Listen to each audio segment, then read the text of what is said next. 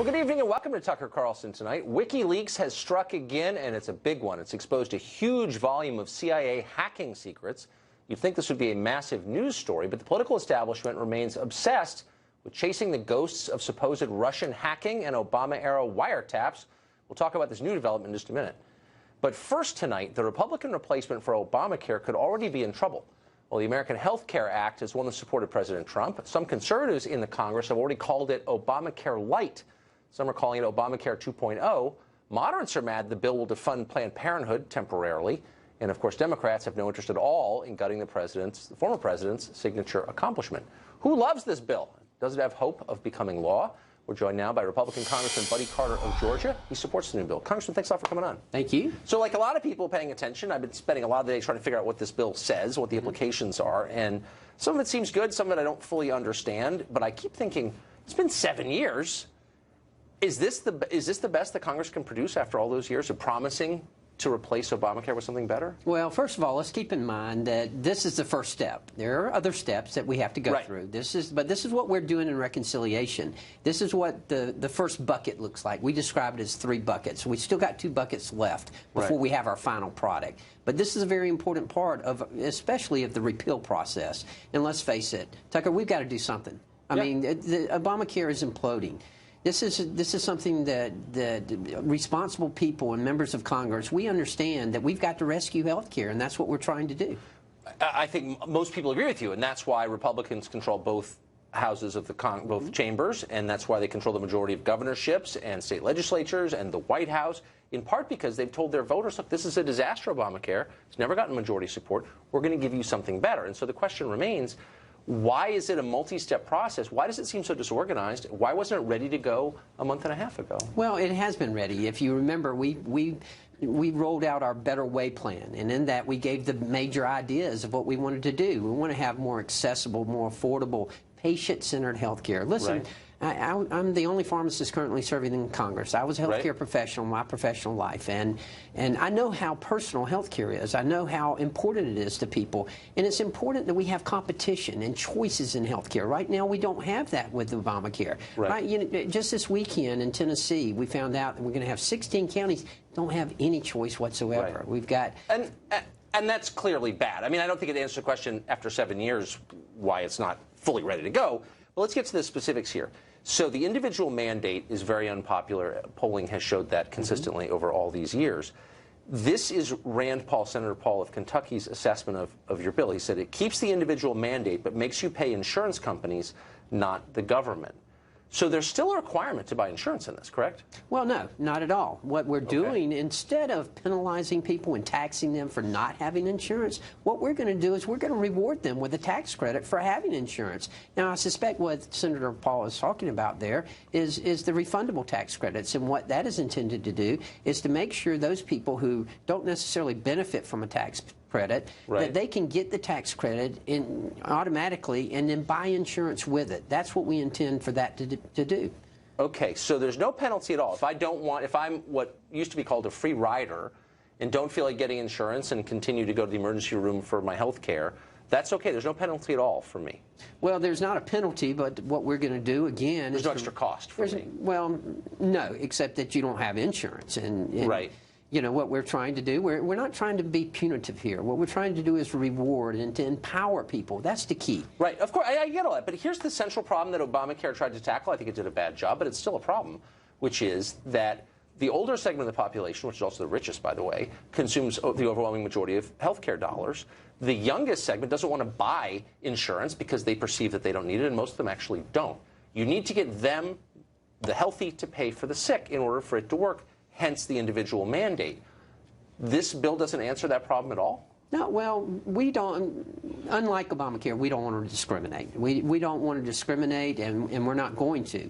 And what we're trying to do, again, is to empower people. We feel like that people who are able to make their own health care choices do a better job than this cookie-cutter approach that Washington, D.C. thinks that we know best and we can tell you what you need in health care. That simply is not working. So if my kids or anyone's kids decide, you know what, I'm 27 years old, I can no longer ride along with my parents' insurance policy, I don't feel like getting insured, The government has nothing to say about that. No one's going to force them to do that. Well, that has been the punitive nature of right. Okay, Obamacare. I just want to be clear on it because there's a lot of debate about what this legislation actually says. So the ban on insurance companies discriminating against those with pre-existing conditions stands, as does the ban on lifetime limits that insurance companies posed on patients. How is it insurance exactly if we're requiring insurance companies to insure people whose policies they are certain will lose money? That's not really insurance, is it? It's something else. No, and listen, the insurance companies are going to be a big part of this. We've got to see what products they're going to come out with, and those products are going to be important into what the market will bear and what the market needs, and I'm sure that's what they will come out with. Okay, but you can't run an insurance. I mean, insurance is a bet, right? That you'll pay more to them than they will pay you in the end, right? It's based on a wager that they make. That's what insurance is. Right. But if the government says you have to take people on whom you know you will lose money, then by definition, those insurance companies need government subsidies or they fail, right? Well, we're one of the big stalwarts of our plan is Medicaid reform. We know that this is, listen, you know, this has been called Obamacare. It should have been called Obamacade. Out of the 3/4 of the people who have been added to the insurance rolls have been added to Medicaid through Medicaid expansion. Right. Medicaid was never intended to be for able-bodied adults. It was always intended to be a safety net for those who need it the most, for the aged, the blind, the disabled, the children who need it the most. But instead, it's turned out to be through Obamacare as for able-bodied adults. We've got to address that. We've got to get Medicaid back. And we've got to pass the responsibility and partner with the states. They can do a much more efficient, much more effective job than we can do. Well, maybe. I mean, they're pretty good at fleecing the federal government, I noticed. But if you talk to any governor, anybody involved in Medicaid in the states, and they're honest with you, they'll say that non-citizens account for a big proportion, in some states, a big proportion of their spending on Medicaid. It's not a small thing at all. It's not just like some right-wing hobby horse. It's a real thing. What does this legislation do to prevent people who aren't here legally, who are not citizens, from taking advantage of the largesse of the government? Well, again, what this legislation does, those people won't be getting tax credits. Obviously, those people aren't filling out tax forms, and they're not filling out to get a tax rebate or anything, so they're not going to be benefiting from any kind of tax credits at all. Federally, but they can still ride along and use the state Medicaid, right? Well, is there anything in here that says that people here legally cannot take advantage of this program? Well, I think that's incumbent upon the states to make sure that's not happening. But some states won't do that. I mean, New York, California, they're not going to prevent illegals from using this, and that's okay?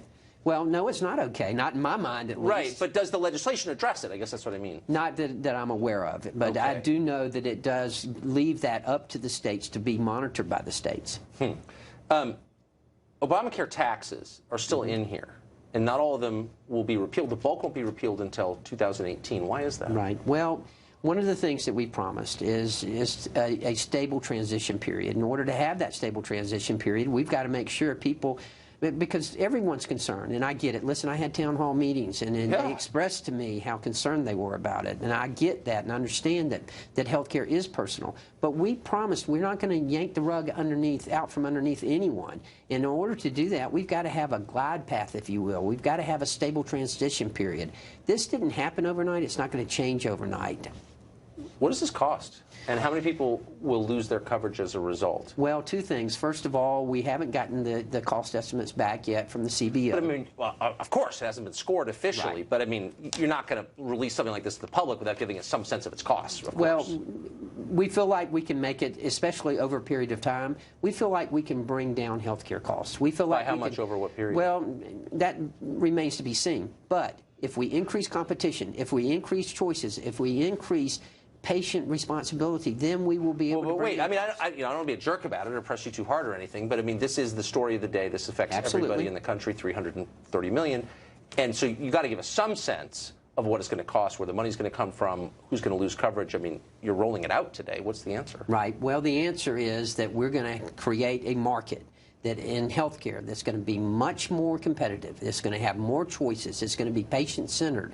And that's going to create a market that will be much more affordable to people. How much more? That remains to be seen. I mean, I can't give you a figure that tells you this is how much it's going to save. So when Nancy Pelosi says lots of people are going to lose their health insurance because of this, what's your response? My response is just the opposite. I think people are going to have access to health care and better health care, and they're going to be empowered in their health care. So people are not going to lose their health insurance because of this? It will be accessible. They will have the opportunity to have health care. I can assure you Can of you that. see why this makes people nervous if you roll something out without any details?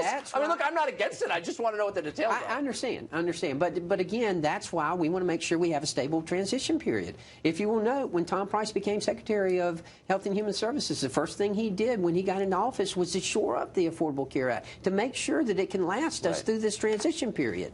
All right. Congressman Carter, thanks for joining us. Thank you. Appreciate it. We've got a Fox News alert for you. The state of Hawaii has announced it will challenge the Trump administration's revised executive order, the one that blocked travel from 6 nations, mostly in the Middle East.